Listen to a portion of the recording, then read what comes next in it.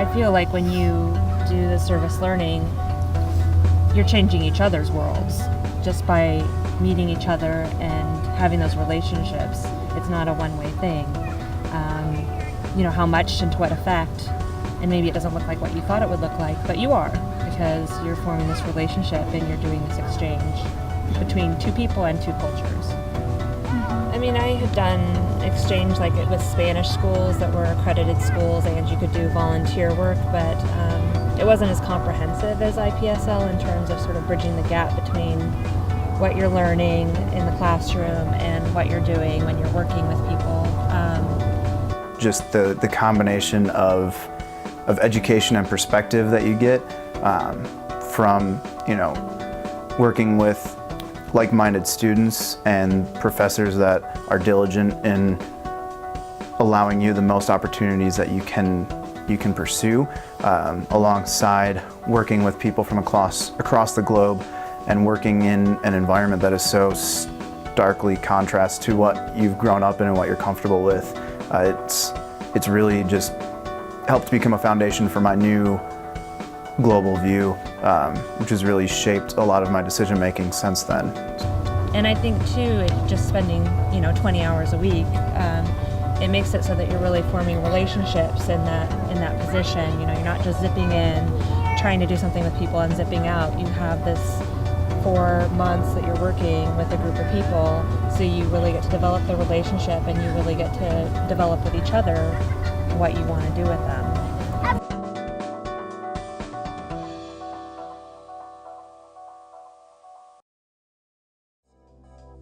I think the main unique thing about IPSL is the level of immersion that a participant can have on one of our programs. It's the volunteer service that's very key. Our students are placed in a variety of nonprofit agencies or NGOs in the host communities. So they're actually working on a volunteer basis in those host communities, learning about teamwork, learning about intercultural communication. And this is really a level of immersion and contact with the host culture that you don't get in another type of program. There's a level of service learning in another culture that you can't obtain without being in that kind of environment and without doing that service of understanding, of experiencing that culture and the people within that culture. One of the main goals of what we do of an IPSL program is to create a lifelong sense of civic engagement in our participants, so that when they go abroad and do service, they realize they can also do it in their home communities, and that, I think really importantly, regardless of where you are in the world, that there is need. There's need in your home community here in the States. Yes, there's need in the south of France where we have a program, and there's also need in India. There's need everywhere. And what we're trying to do is to engender a responsiveness to the needs of others and also to a lifelong sense of giving back. Our mission actually is the union of study and service. So we think of it as the knowing and the doing.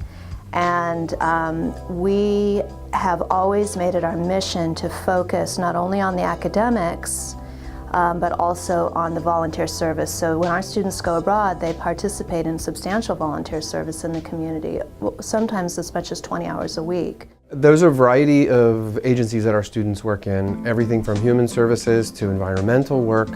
I also worked at like a clothing foundation where they gave clothes to homeless people, and I also taught English to 5th graders and preschoolers. So we actually did a play. We did Wizard of Oz in English for the 5th graders, so it was cute because they all had accents and they were just really getting into it, and it was just a lot of fun to see that and teach them that way.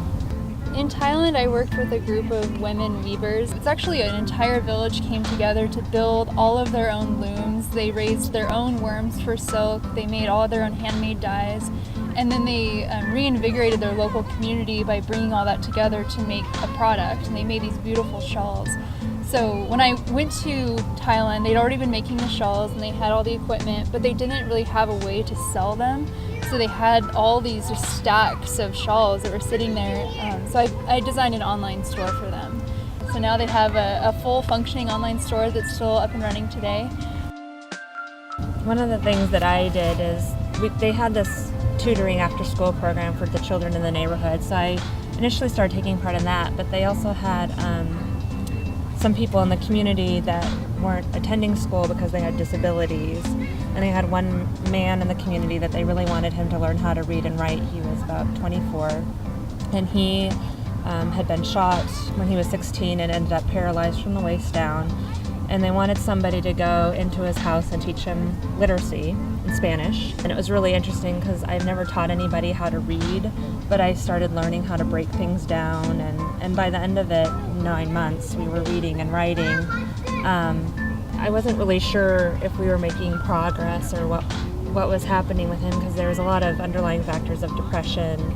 He normally would always be in his bed. He wouldn't be dressed. He just had a blanket over him, and he just looked depressed usually when I come in the room. And this one week he was up and he was in his wheelchair and he was outside with a big smile on his face waiting for me. And I was just like, okay, you know, we're getting someplace. And you know, whether he had learned to read or write in Spanish or not, it was kind of not as important as that moment.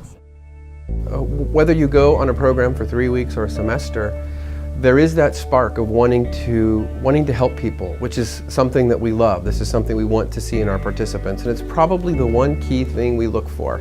Do you want to help people? Do you like to be with people? But we also try to be mindful with our participants that there's only so much you're going to be able to do in that period of time. And while you might want to change the world and you might want to eradicate the city of Kolkata of poverty, that change takes time. We hope that we can make students realize that they're going to be part of the bigger whole, and whatever piece of that bigger whole that they end up doing matters. And without them, it couldn't proceed. You know, the women's movement takes time, the gay and lesbian rights movement takes time, everything takes a little bit of time. And while your contribution is very, very meaningful, you might not see the fruits of your labor right away. But we try to help participants know that experience is going to inform the rest of their lives. I think the more significant long-term change really lies within the people who are doing the service and the recipients of that service in terms of international relation and recognizing the good that humanity can really do.